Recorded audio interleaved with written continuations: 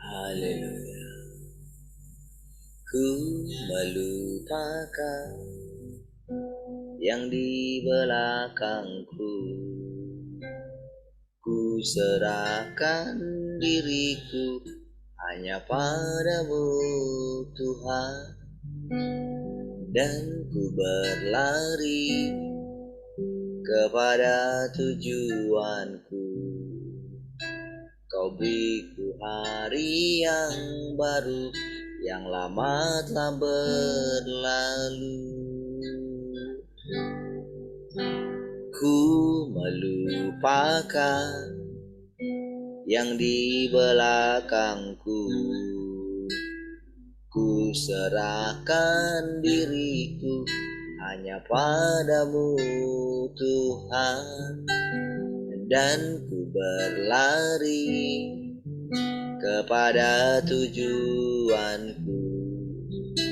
Kau beriku hari yang baru, yang lama telah berlalu.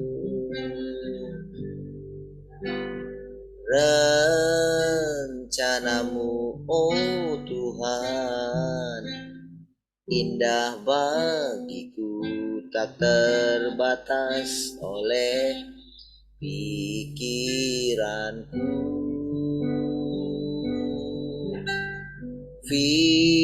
Firman-Mu ya dan amin, sumber kekuatan, Kau pengharapanku, Kau terbaik bagiku.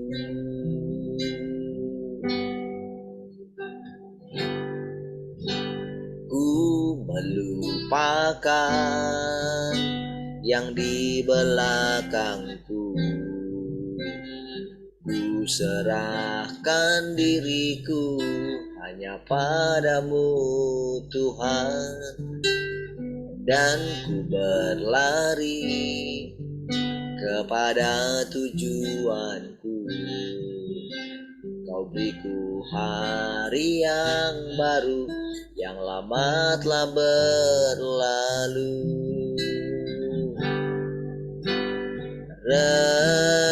Rencanamu, oh Tuhan, indah bagiku, tak terbatas oleh pikiranku.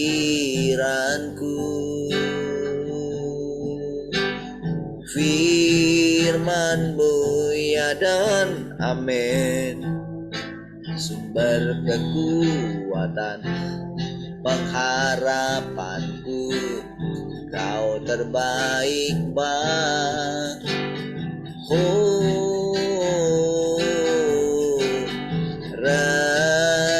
rencanamu, oh Tuhan, indah bagiku, tak terbatas oleh pikiranku.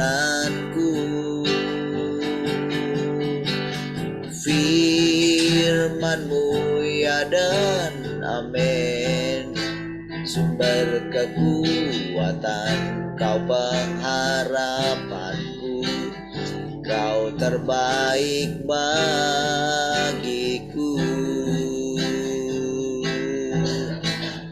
Kau terbaik bagiku. Kau terbaik bagiku.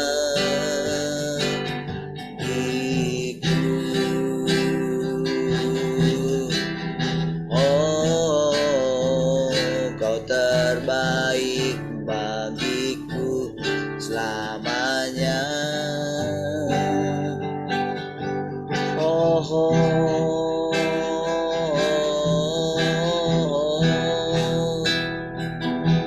Kau segalanya Tuhan.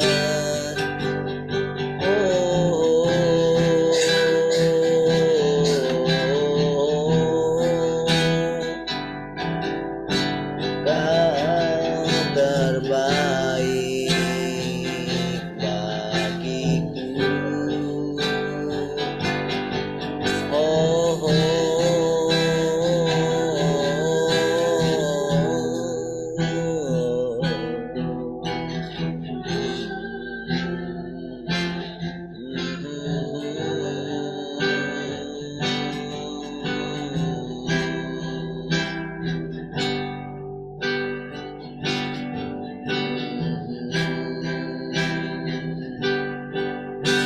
Ya Tuhan, punya mula kebesaran dan kejayaan. Ya Tuhan, punya mula kehormatan, keagungan, dan keagungan.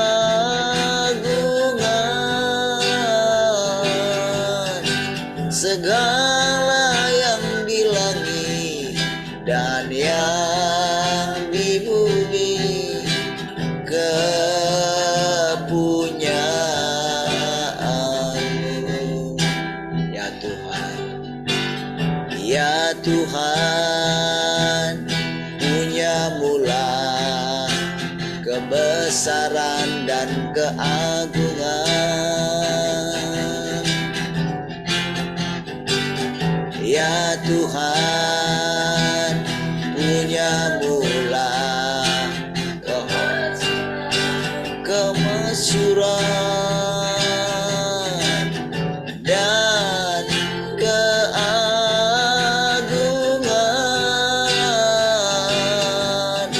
Segala yang di langit dan yang di bumi kepunyaanmu.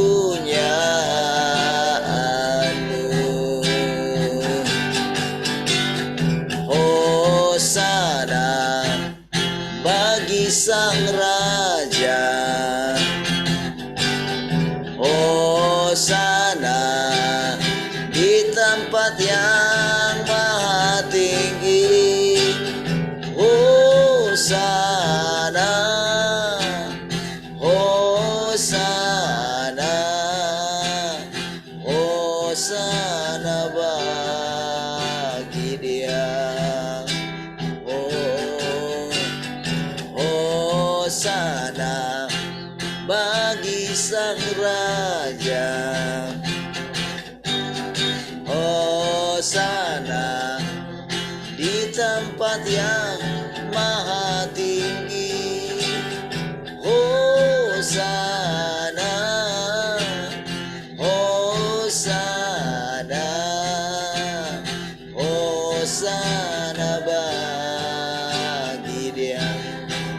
Hosana, hosana bagi Sang Raja, hosana di tempat yang maha tinggi. Hosana, hosana, hosana bagi Dia. Hosana bagi Dia. Hosana bagi Dia.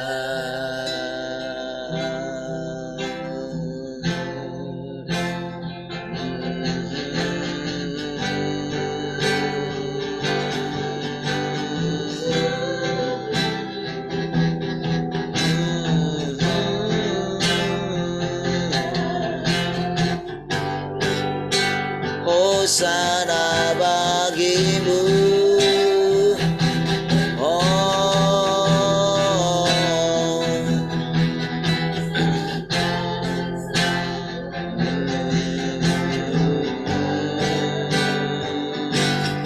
haleluya, terpujilah Tuhan selama-lamanya.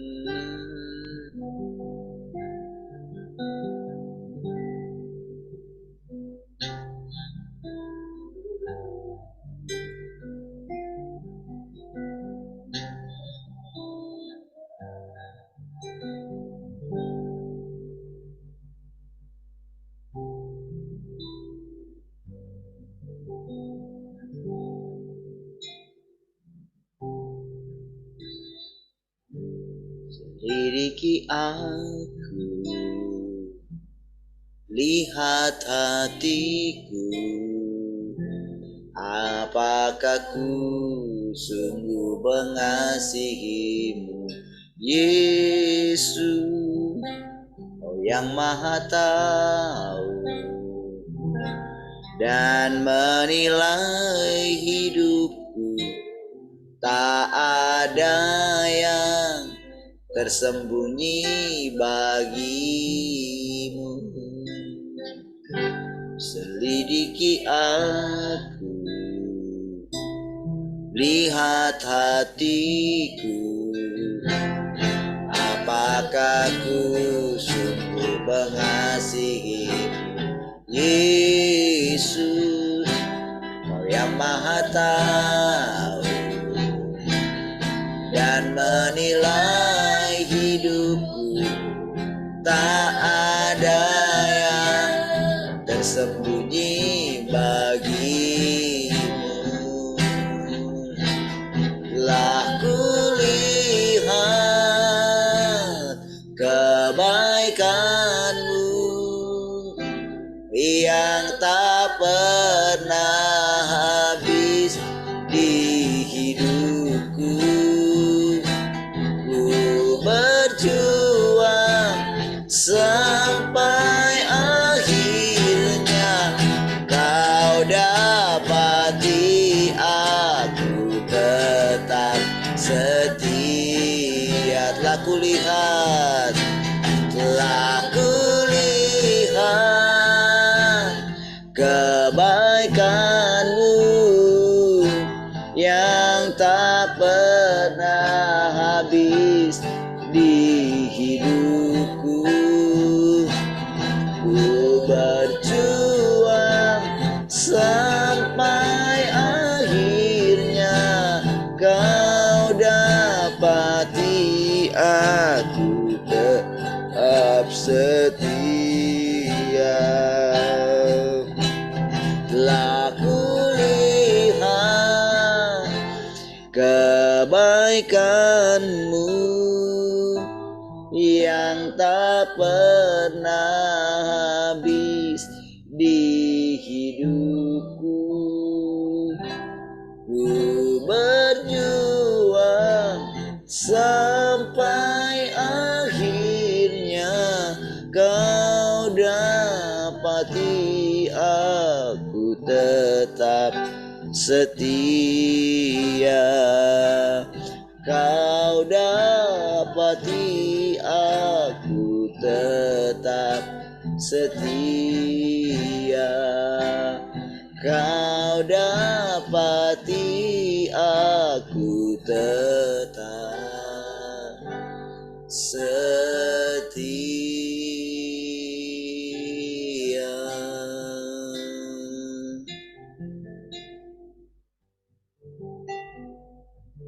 Haleluya. Kasih Tuhan. Kami bersyukur pagi hari ini. Mari kami tundukkan hati kami untuk kami boleh mendengarkan perkataan-perkataan. Kami tahu perkataan adalah kehidupan bagi kami Tuhan. Yang menyegarkan roh, jiwa, bahkan tubuh kami. Kau mencerahkan kami Tuhan. Terima kasih Tuhan. Kami menerima aliran-aliran air hidup. Pujilah Tuhan. Haleluya. Sama-sama katakan amin. Baik, shalom semua, selamat pagi.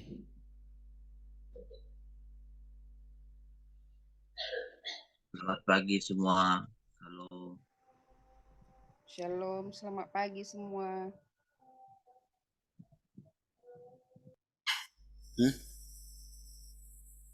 Berapa? Oke, shalom yang di radio. Tuhan.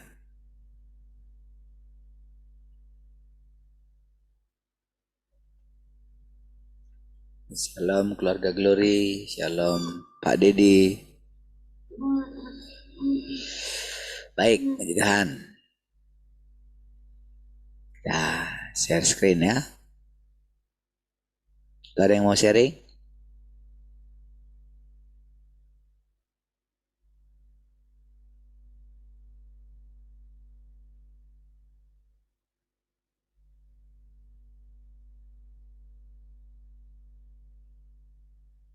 1,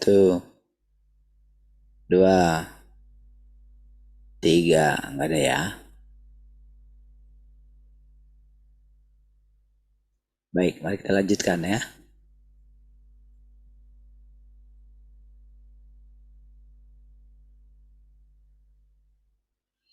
Oke.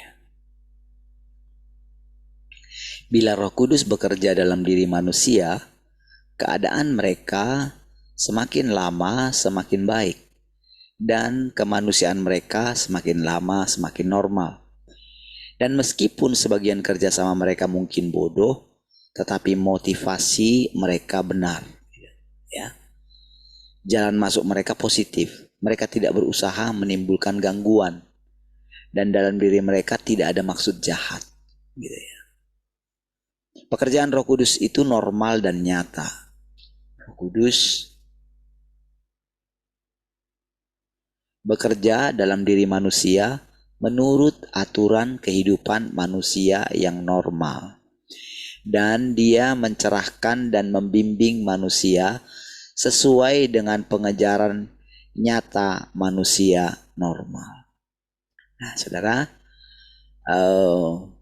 sekali lagi saudara, kita diajarkan bagaimana kita kembali sebetulnya kepada kemanusiaan kita yang normal, balance, gitu. Tidak apa ya? Kalau dulu kan, kalau kita di ini, apa?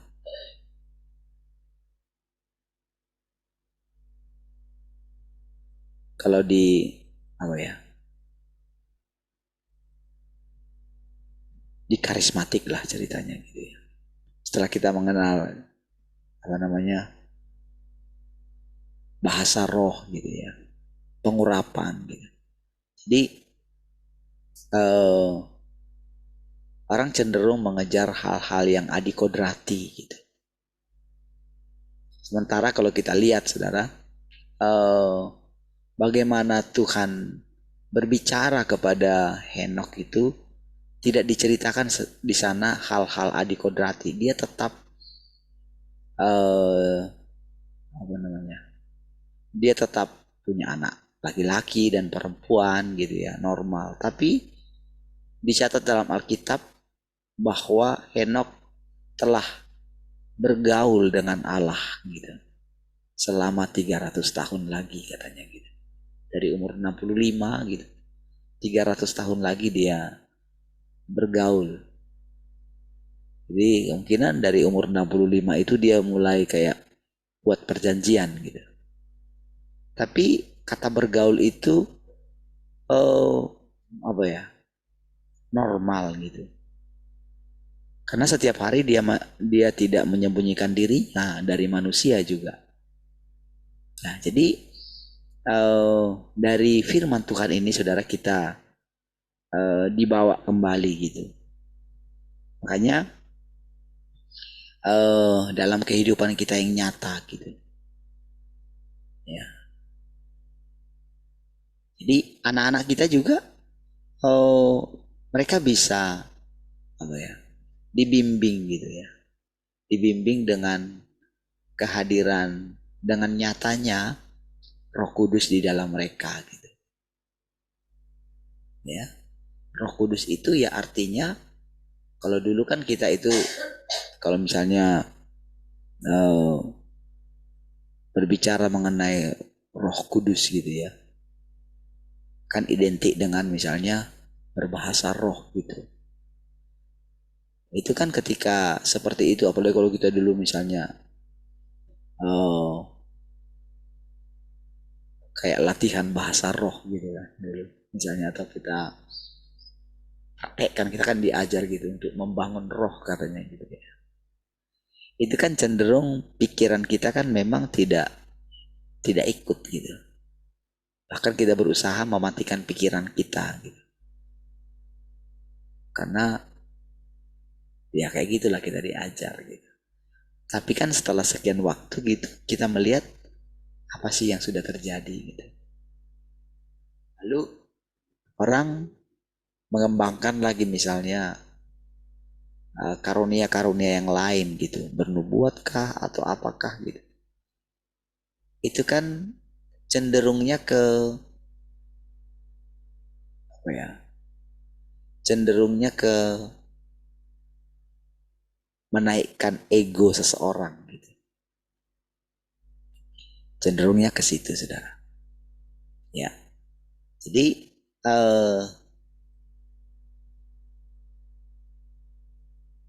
dengan sekarang, saudara, dengan kita melihat bagaimana, jadi Roh Kudus itu sekarang adalah bedanya dengan roh jahat gitu.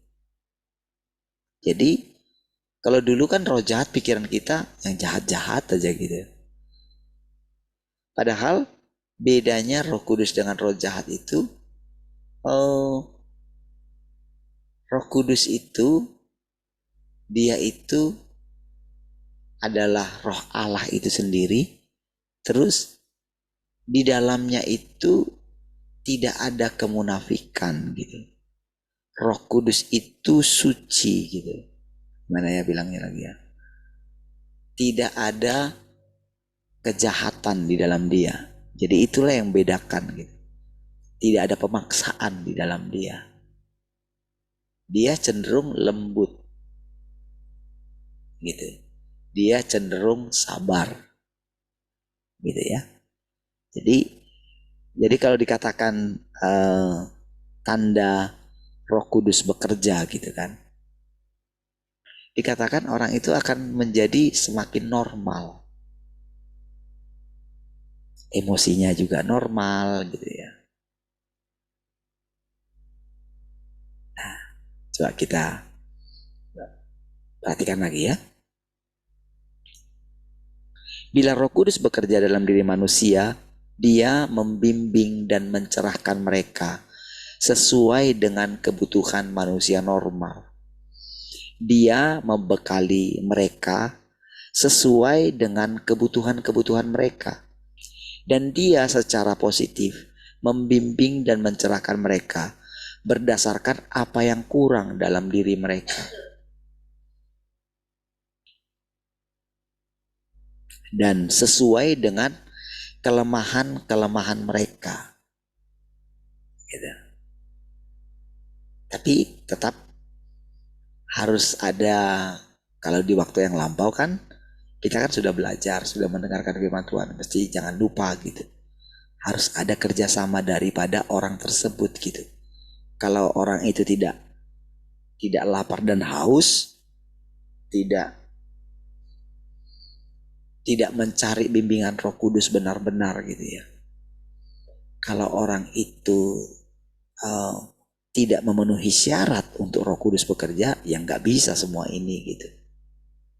Tapi kalau orang itu sudah memenuhi syarat, walaupun dikatakan tadi kan kadang-kadang mereka bodoh gitu. Istilahnya bodoh itu ya tidak seperti yang diharapkan gitu. Kan bodoh itu kan misalnya kita ngomong A tapi pengertian orang itu B gitu loh. Kadang apa? Menjengkelkan gitu. Kalau misalnya kayak anak saya, maksud saya ya. Tadi ceritain kayak gini. Ditanya lagi, kamu ini jangan terlalu inilah gitu. Jangan jangan buat dirimu bodoh kali lah. Kayaknya nggak sebodoh itulah gitu. Nah, kira-kira itu maksudnya ya. Tapi kan karena dia itu anak saya, ya dan dia juga ya pasti mau inilah berubah gitu kan. Nah, makanya sama seperti itu saudara. Jadi kadang-kadang ya kelihatan kita itu kayak gimana ya, tidak sesuai yang diharapkan, itu bodoh gitu. Namun karena orang itu tidak punya niat jahat dalam hatinya, walaupun bodoh, Roh Kudus akan terus bekerja gitu, memperbaiki apa, menunjukkan sebetulnya lebih tepatnya itu. Jadi lebih tepatnya itu kita dibimbing gitu, bukan didikte gitu, bukan. dia tidak akan menggantikan kita gitu. Dalam hal keputusan-keputusan yang kita ambil. Tidak, tidak begitu. Nah, tidak seperti misalnya kalau dulu kan para nabi-nabi itu kan, dia itu kan kalau dia mau mengucapkan sesuatu firman Tuhan itu kan harus panas di dalamnya gitu. Sebelum dia mengucapkan segala perkataan itu, maka orang itu tidak bisa tenang gitu. Oke? Nah, jadi namun karena memang sesuai dengan permintaan seseorang gitu ya. Jadi ketika orang itu datang kepada Tuhan, kalau dia itu apa ya, dengan punya pengertian, dia bilang begini, aku tidak sanggup Tuhan, aku tidak ngerti gimana caranya gitu. Kan itu kan berarti kan dia butuh pertolongan dalam hal itu, dia jujur. Nah, kalau Roh Kudus menemukan seseorang yang seperti itu, maka Roh Kudus itu akan menolong dia sebatas eh,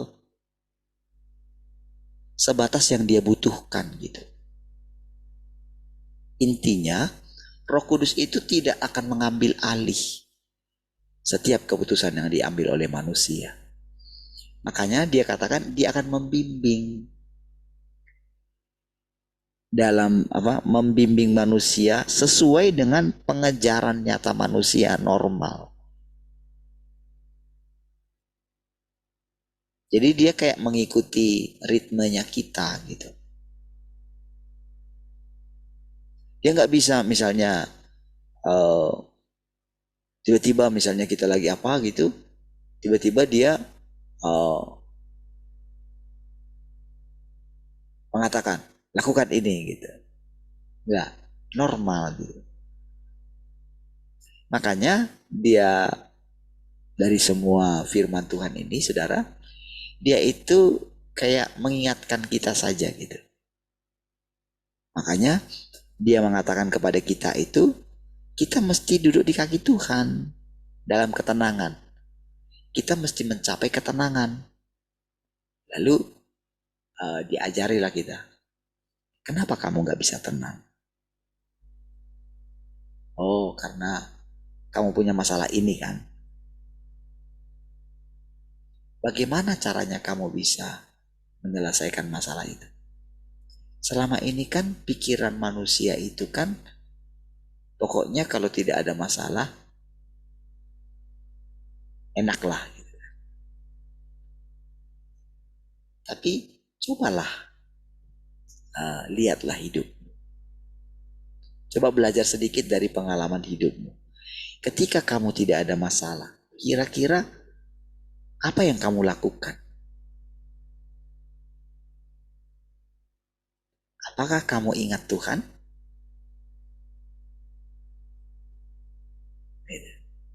Apakah kamu itu bisa benar-benar punya kekuatan untuk datang kepada Tuhan? Kebanyakan kan tidak kan? Kan karena ada yang mengganjal dalam diri kita lah. Yang membuat kita itu benar-benar mencari Tuhan. Nah, namun setelah itu saudara, dia juga harus membimbing kita untuk dalam setiap keadaan kita mesti menang. Jadi dalam keadaan tidak ada masalah, apakah kita bisa mencari Tuhan? Itu satu perjalanan yang lain lagi. Jadi awalnya kita mesti menang gitu. Menang dulu. Harus punya prinsip gitu. Kalau dikatakan kamu tidak boleh khawatir terhadap apapun, itu mesti kita pegang. Jangan sampai ada yang membuat kita itu tidak bisa fokus sama Tuhan. Tapi tetap kita harus menjalani kehidupan kita yang normal. Sama kerja gitu ya. mengajari anak-anak, membereskan rumah, semua. Masak untuk anak-anak gitu kan. Harus dilakukan semua. Bukan karena baik, kalau dulu kan karena sering mengikuti doa-doa gitu, jadi terbengkalai di rumah, suami nggak diurus gitu kan. Karena doa ini, doa itu gitu kan.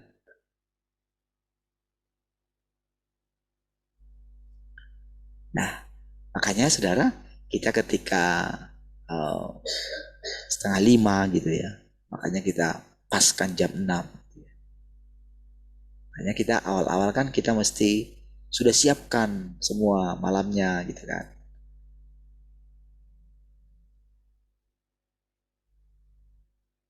Oke, jadi dia membimbing kita untuk apa? Kita bisa menjalani kehidupan kita yang normal gitu.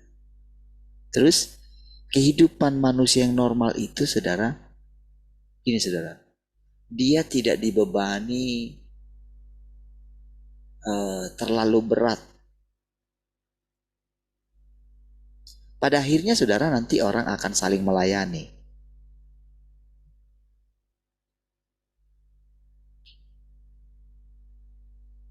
Jadi apapun yang dilakukannya dengan senang hati. Misalnya ketika saya, misalnya pada posisi ini gitu ya, sebagai seorang gembala misalnya. Kalau dulu mungkin kayak gimana gitu ya, panggilan itu kayak jadi beban gitu. Kapan berakhir dari panggilan ini gitu.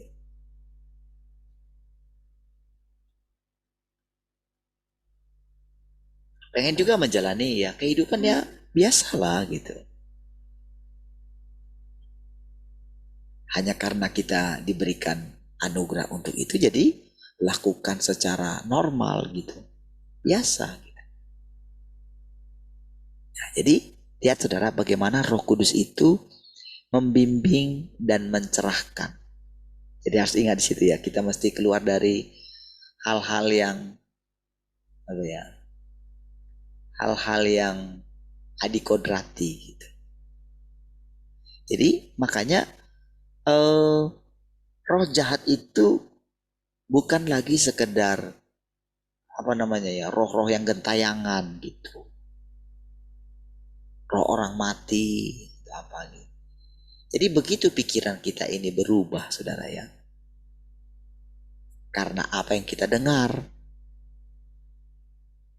Jadi ketika kita baca firman, maka suasana hati kita seperti firman itu. Makanya dulu saudara kalau kita itu begitu kita sering mendengarkan tentang alam roh gitu, maka roh kita itu seperti ditarik gitu. Bahkan ada yang sampai dilatih dirinya untuk melihat alam roh gitu. Pasti akan terjadi kekacauan gitu. Karena apa namanya? Rohnya itu menjadi lebih aktif gitu.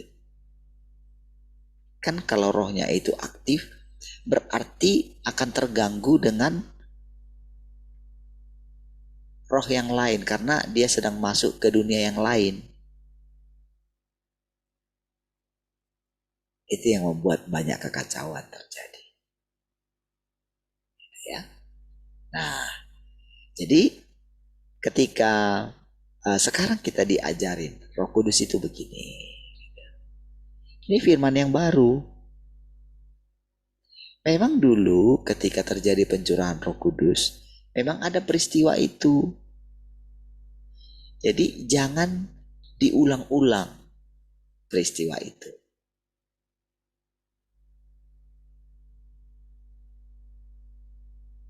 Jadi jangan karena di apa namanya, makanya kita itu dibawa gitu kepada firman yang baru. Dan kalau kita ingat bagaimana Tuhan pertama kali mengunjungi Adam dan Hawa itu normal gitu loh.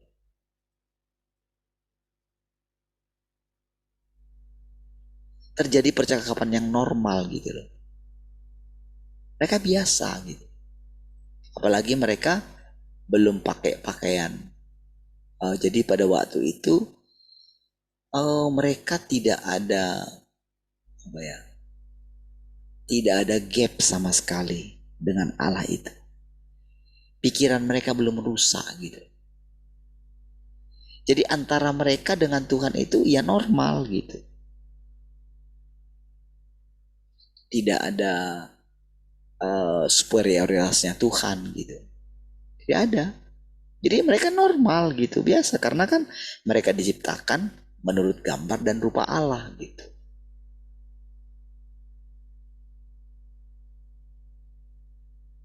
Jadi sebelum mereka dirusak, jadi yang merusak manusia itu kan tipuan kata-kata gitu. Itu yang membuat mereka mengambil keputusan yang salah, melanggar firman Tuhan. Sesudah itu terjadilah dampaknya bagi mereka gitu loh. Disitulah pertama kali benih kerusakan itu bertumbuh, saudara.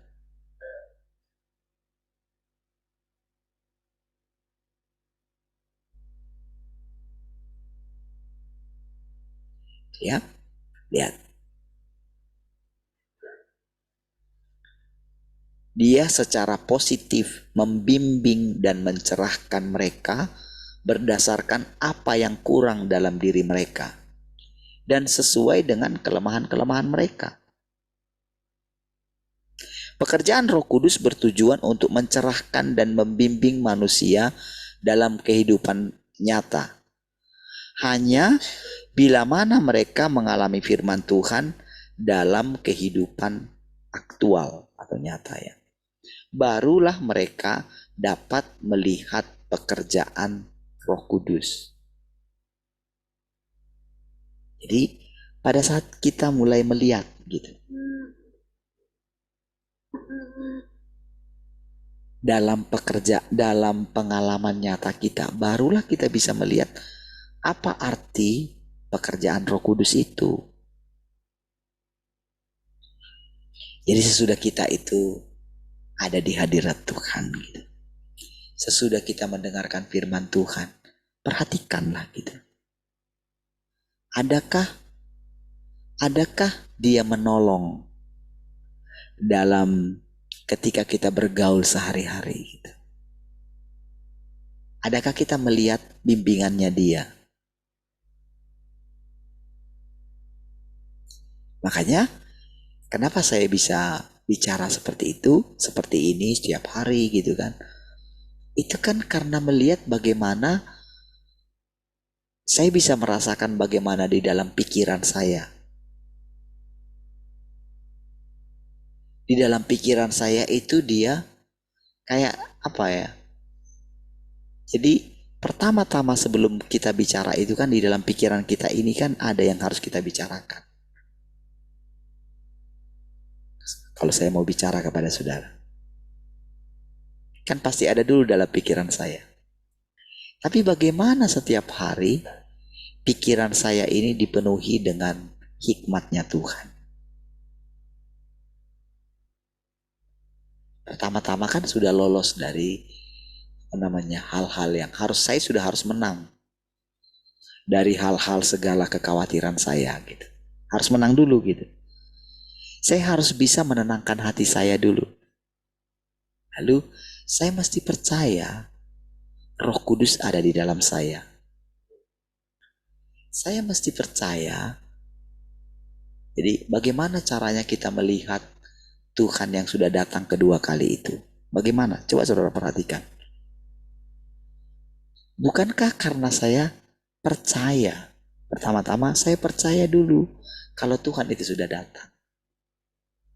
Nah, bagaimana caranya saya percaya Tuhan itu sudah datang? Tentu yang sudah saya ceritakan awalnya. Kan bukan karena melihat orang itu, perempuan yang dinyatakan itu sebagai Tuhan yang datang kedua kali. Bukan kan? Enggak pernah. Nggak pernah saya cari tahu siapa, bagaimana wajahnya, bagaimana rupanya. Saya nggak pernah cari tahu. Nggak pernah sama sekali. Sampai hari ini. Tapi orang-orang lain itu kan yang dicarinya pertama, benar nggak ini? Jangan-jangan ini sesat. Itu kan sangat bodoh, saudara. Katanya dia punya Tuhan, tapi kok takut sesat. Gitu kan. Apa artinya sesat sebetulnya? Artinya sesat kan tidak tahu jalan pulang. Itu artinya sesat sebetulnya. Orang sesat tidak punya hubungan dengan Tuhan. Itu saja simpelnya.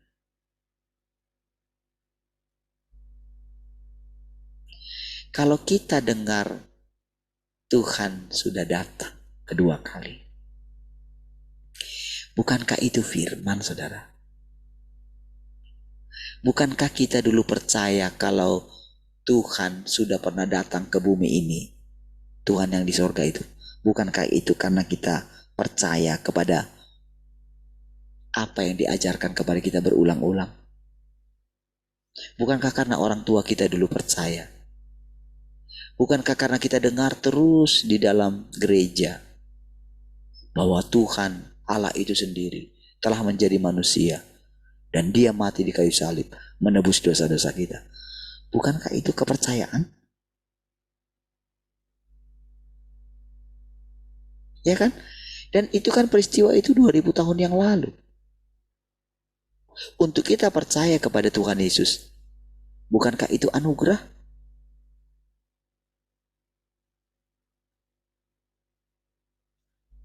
Kalau kita diajarkan, kamu percaya enggak ada Tuhan dalam dirimu? Roh yang di dalam dirimu jauh lebih besar dari segala roh yang ada di dunia ini. Bukankah itu firman? Dan bukankah kalau kita percaya firman itu, maka firman itu akan bekerja dalam diri kita? Sama, saudara. Jadi sejujurnya begitu.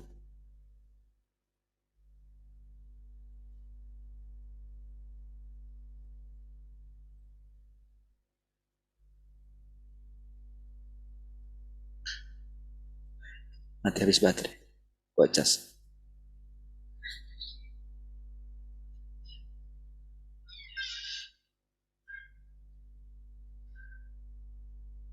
Oke. Jadi lihat prosesnya ya. Ini penting sekali, saudara. Untuk saudara boleh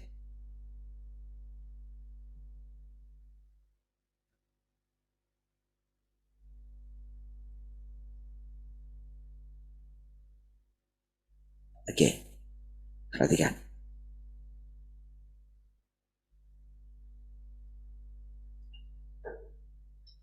Perhatikan bagaimana setiap kali saudara mendengarkan setiap pagi ya.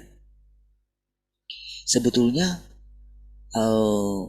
Tuhan itu kaya sekali gitu. Kaya dalam hikmat, dalam cara membimbing kita. Iya. Terus saya bisa bicara terus seperti ini dan saya boleh merasakan setiap pagi gitu dalam pikiran saya itu ada banyak hal-hal yang baru gitu. Tetapi ketika dia mengatakan itu normal, langsung juga pikiran saya itu jadi tenang gitu. Nggak nggak perlu kayak apa gitu. Bisa dengan sangat tenang gitu menyampaikan banyak hal gitu. Dan saya boleh merasakan siapapun yang mendengarkannya kalau dia tenang, kalau dia itu bisa keluar dari segala, berani begini saudara, berani tidak memikirkan sekalipun ada masalah dalam pikiran.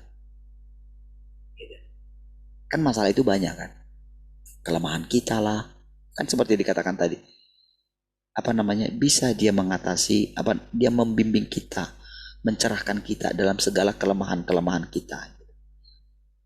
Namanya kita punya banyak sekali kelemahan, saudara. Itu normal.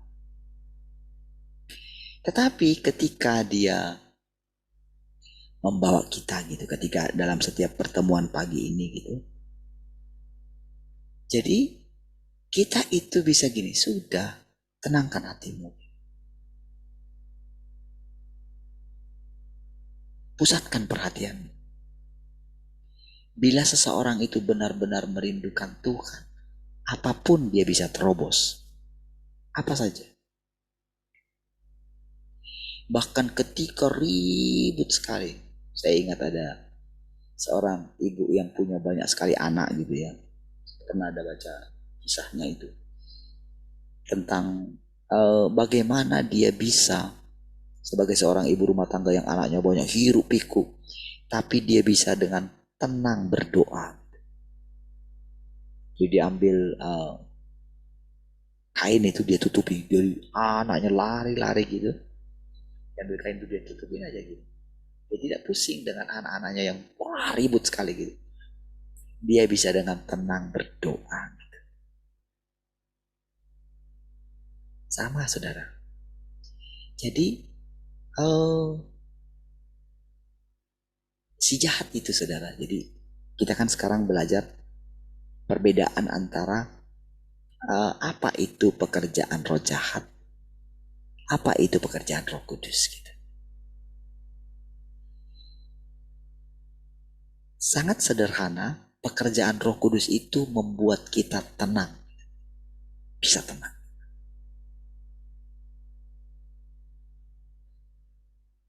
Separah apapun keadaan.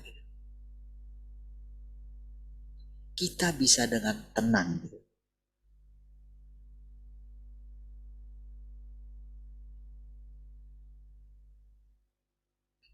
Ketika kemarin kunjungan ke saudara yang sakit itu ya. Saudara,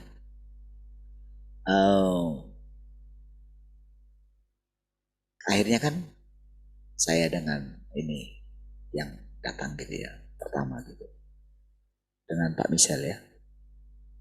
Jadi cerita semuanya gitu tentang bagaimana mau mati gitu. Tapi kan waktu itu kan sangat kecewa dengan keluarga kita karena ya boleh dikatakan tidak ada kunjungan lah gitu. Saya sendiri mungkin ya mungkin tahu tapi nggak kunjungi gitu. Jadi rasanya itu ya saya bersalah lah gitu. Tapi kan oh kita nggak tahu juga kenapa nggak pergi dulu. Saya ingat dulu saya sudah ajak ya wes dulu tapi entah kenapa nggak jadi gitu. Nah, akhirnya perginya jadinya terpaksa gitu. Saya dengerin aja gitu ya. Panjang ceritanya gitu. Dari marga lain sudah datang, dari kita sendiri nggak datang. Padahal saudara dulu pikiran saya, saudara saya sendiri mereka nggak pernah tahu kok, nggak pernah mau datang kok juga gitu. Saya dulu pakai prinsip seperti saya mau ngajarin rasanya gitu. Jadi ketika itu, ketika saya dengerin gitu ya, saya tenang aja gitu dengerin semua. Gitu. Dan ketika sudah dengerin gitu ya, saya bisa menenangkan hati saya gitu. Ya terserah lah kalau anggapannya saya salah atau gimana gitu ya. Tapi saudara pada akhirnya saudara, saya melihat bagaimana Roh Kudus itu saudara. Ya, tanpa, jadi dengan sikap ketenangan hati kita gitu. Dengan kita bisa mendengarkan gitu. Kalau kita bisa menjaga kondisi hati kita gitu. Disitulah kita melihat bagaimana kondisi hati kita, ketenangan hati kita ini bisa menenangkan suasana. Dan akhirnya ya hanya dengan sikap seperti itu saya cuman akhirnya kaget gitu kan mereka. Tumben kok datang gitu. Tujuan apa gitu. Nah, jalan-jalan aja. Ketika di akhir saya cuman ngomong gini, oke, mari kita lupakan yang lama gitu. Saya juga minta maaf tidak datang gitu ya. Kiranya makin sehat. Saudara, hanya dengan perkataan singkat itu, saudara. Perkataan singkat itu, tapi saya boleh merasakan bagaimana ketenangan dari Tuhan itu turun, saudara. Nah, saudara, kira-kira seperti itu, saudara, kita melihat bagaimana Roh Kudus itu bekerja gitu. Dia menenangkan segala sesuatu. Ketika kita berbeda pendapat gitu. Berbeda pilihan lagi gitu. Sering sekali saudara, ketika berbeda pilihan, kadang-kadang saudara bisa jadi lawan gitu. Kalau berbeda pilihan gitu. Iya, itu kadang-kadang kalau sudah ngomong kayak gitu, waduh. Padahal nanti saudara, entah siapa kita itu yang kita pilih itu. Nggak kenal sama kita sama sekali. Lah kita yang jumpa setiap hari. Kita yang dalam satu keluarga, masa gara-gara itu kita nggak kenal mereka. Mana tahu-tahu kita niat hati mereka. Politik itu kan, kalau kita, mana ada kawan abadi, mana ada lawan abadi gitu. Ya, kalau kita, yang namanya kita saudara, ya namanya kita saudara, kan boleh dibilang kan abadi juga gitu. Kita do sugut, kita do haduan katanya gitu. Kita sekarang, kitanya nanti gitu.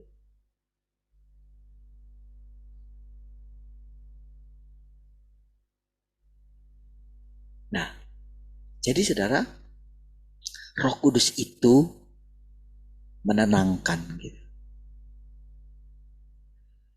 Jadi membuat kita, tapi Roh Kudus itu nggak kompromi, gitu. Lihat ya, dia nggak kompromi. Jadi apa yang dikatakan dia itu.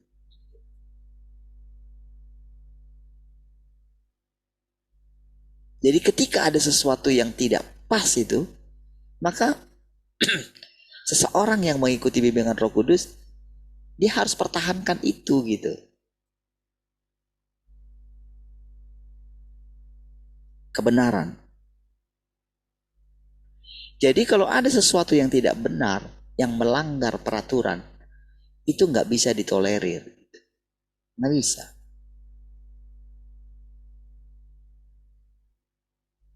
Jadi walaupun misalnya, jadi dengan misalnya ketika masuk dengan tidak benar kayak gitu, dilanggar semua gitu, itu nggak bisa ditolerir saudara. Sekalipun nanti nyatanya misalnya akhirnya terpilih misalnya kayak gitu, mau sampai kapanpun itu tidak akan tenang saudara. Karena apa? Melanggar prinsip hukum. Iya. Jadi saudara mesti berani melihat itu gitu. Kalau saudara mau menyatakan sikap.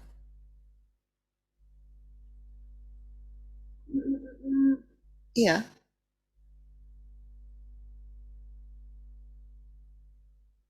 Kira-kira seperti itu.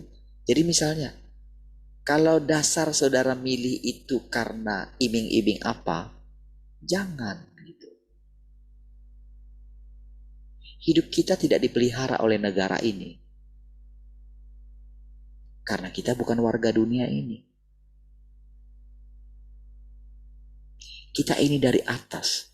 Makanya Tuhan katakan dunia ini membenci kita. Oke? Jadi kita bukan kawan dunia ini. Kita musuh dunia ini. Tapi kita ini yang akan membawa mereka. Jadi kita yang harus ngajarin mereka. Tapi ingat prinsip Roh Kudus. Dia tidak memaksa. Dia menunggu mereka. Sampaikan firman Tuhan. Bagaimanapun respon mereka. Jadi firman Tuhan itu kayak benih. Suatu saat, setiap perkataan mereka, setiap perkataan kita akan direnungkan oleh seseorang. Ya.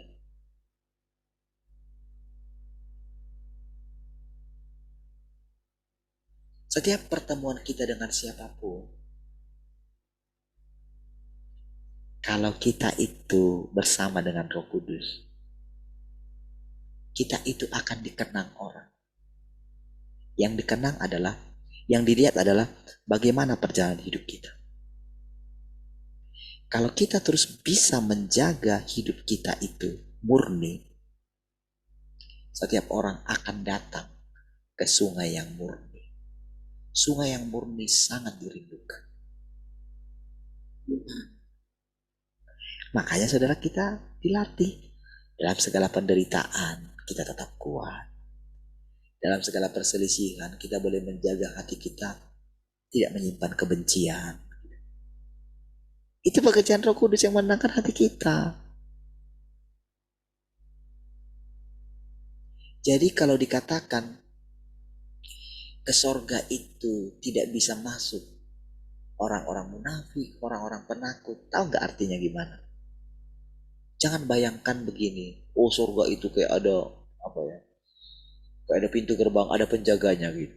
Jadi di scan dulu gitu. Bukan itu sebetulnya maksudnya. Jadi kita ini kan pintu. Kita ini kan kerajaan sorga sebetulnya. Iya. Artinya apa? Kalau saudara murni, kalau hatimu murni, kalau hatimu suci, kalau engkau melakukan prinsip-prinsip kebenaran, maka engkau sedang ada di sorga. Oke? Tapi orang-orang munafik, orang-orang penakut, gak akan bisa masuk kepadamu.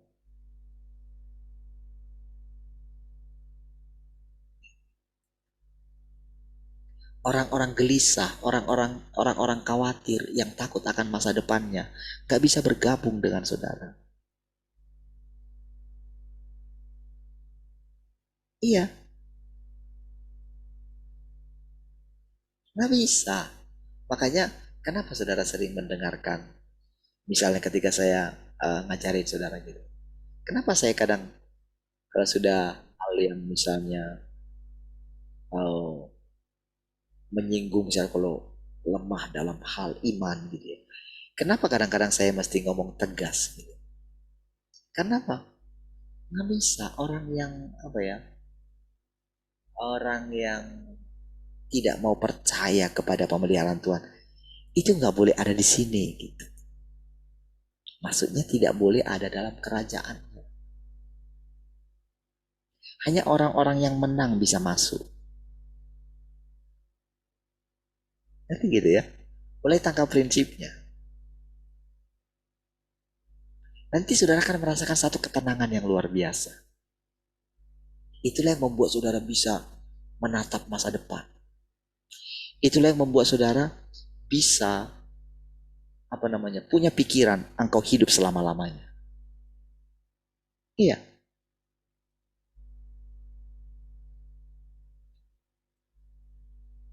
Oke, jadi lihat saudara, jadi dari kita belajar tentang pekerjaan Roh Kudus ini sudah perbedaannya dengan pekerjaan roh jahat.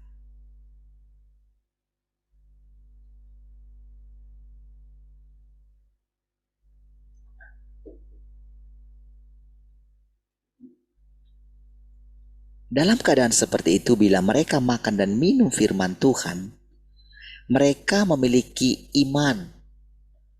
Bila mereka berdoa, mereka terinspirasi. Jadi bukan lagi, kita sebetulnya tidak tahu bagaimana cara berdoa. Tapi Roh Kuduslah yang berdoa, menyampaikan keluhan-keluhan yang tak ucapkan. Itu kan berarti Roh Kudus. Tetapi, jadi karena kuatnya dulu jadi karena perkataan itu kan pencerahan bagi Paulus. Tetapi pencerahan itu harus ada kelanjutannya. Makanya dikatakan ada inspirasi ketika kita berdoa. Jadi ada yang kita doakan. Tentu Yang kita doakan itu bukan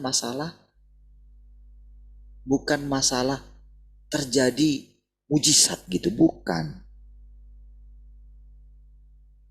Tetapi bagaimana proses pertolongan itu datang.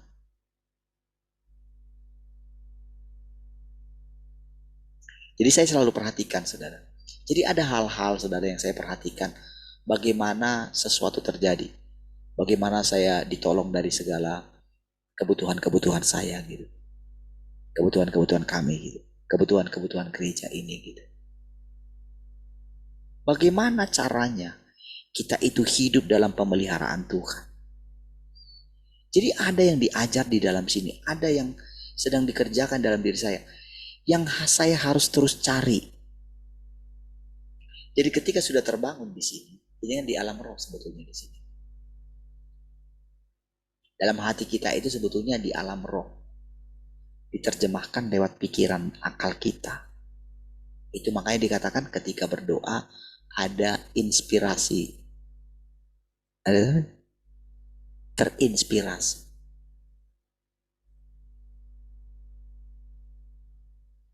Seperti itu, saudara.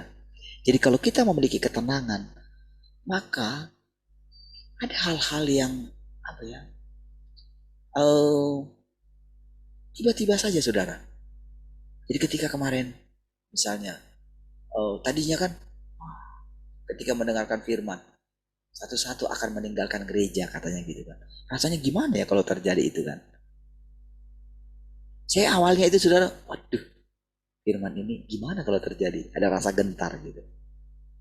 Tapi begitu terjadi, saudara ya, gitu, mulai saudara kita pergi ke Papua gitu ya. Tahukah saudara, dalam diri saya itu tiba-tiba saya karena berani gitu ya. Berani mengalami firman gitu. Kenapa saya mesti takut? Kenapa saya mesti gentar? Bukankah selama ini Tuhan sudah bersama-sama dengan kami gitu. Bukankah kemanapun kita pergi kita tidak bisa menjauhi roh Tuhan? Gak bisa kan?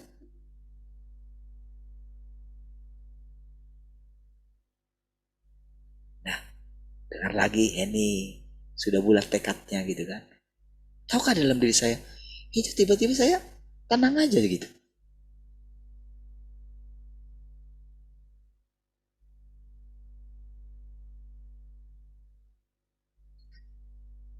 Oh, tahukah saudara, ini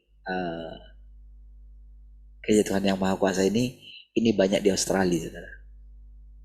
Ya. Jadi mereka itu tidak punya tempat di Indonesia ini ya, karena mungkin wah itu sangat keras sekali ya. Tapi mereka di negara-negara jadi dari situlah mereka produksi banyak lagu-lagu apa gitu ya. Di situ banyak gitu. Jadi mereka nggak kelihatan gitu, secara fisik tidak nampak gitu. Gimana lokasinya? Gitu. Tapi kalau saya lihat itu dari itunya, kalau saya lihat dulu itu mereka banyak di sana gitu. Makanya ketika saya coba tanya dulu di Indonesia nggak ada, gitu. Nggak ada atau nggak mereka nggak berani sebut. Gitu. Nah, jadi saudara, eh, ketika kita itu dibimbing oleh Roh Kudus gitu, ketika kita itu punya ketenangan gitu ya, maka dalam banyak hal gitu tiba-tiba saja, saudara, saya itu bisa merasakan gitu. Apalagi kemarin ketika saya mulai melihat bagaimana anak-anak mereka, bayangkan usia mereka yang cukup muda, mereka bisa menjalankan persekutuan setiap Sabtu mereka gitu ya. Ya, siapa yang membimbing mereka? Tuhan itu sendiri, saudara. Dari saya dengar cerita mereka, saya boleh melihat, oh sudah merasakan ya. Kenapa saya masih takut ya?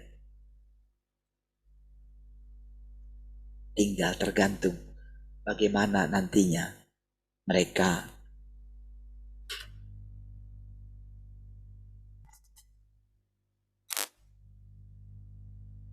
dibimbing oleh Roh Kudus, atau bagaimana kehidupan normal mereka. Itu saudara ya. Jadi terinspirasi dalam doa kita. Jadi kita tidak sembarang lagi mendoakan siapa yang mau datang gitu. Tapi kita mulai begini, menantikan Tuhan gitu. Pasti Tuhan akan membawa orang-orang yang benar-benar mencari Tuhan, mencari kebenaran. Kita sabar nunggunya. Berarti orang-orang yang akan datang itu adalah orang-orang besar, saudara. Maksudnya orang-orang besar di hadapan Tuhan ya, bukan di hadapan dunia ini ya. Tapi pasti akan jadi orang-orang besar di dunia ini, saudara.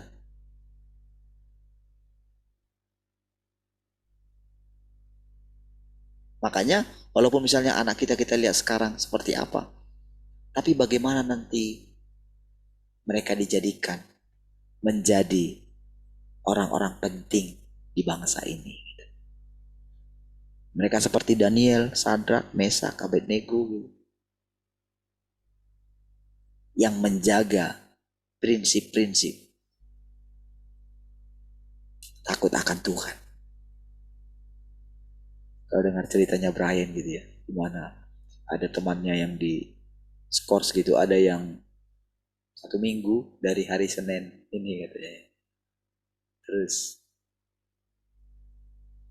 selama 1 minggu ada yang 2 minggu nggak bisa masuk sekolah. Karena apa? 3 minggu. Karena minum minuman keras, saudara. Dan ada yang lengkap, kejahatannya itu lengkap katanya. Sempurna katanya. Yang dugem katanya gitu. SMP kelas 2, dugem. Terus, wah, berbohong, jual besi katanya.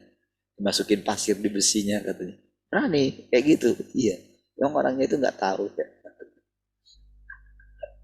Sampai segitu. Ada yang main perempuan katanya gitu. Oh, anak saya dengarkan yang kayak gitu gitu. Dan dia juga ditawarin minum katanya gitu. Gila kamu ya. Gimana apa itu? Terus temannya bilang, tuh minuman alkohol itu. Ryan bilang, gila kamu ya. Berarti kan, apa ya, mereka menghadapi, Ryan ya menghadapi kerasnya kehidupan di luar. Gitu. Tapi kalau berani bersikap, nah, itu berarti kan karena Roh Kudus bekerja dalam diri mereka. Gitu ya prinsipnya.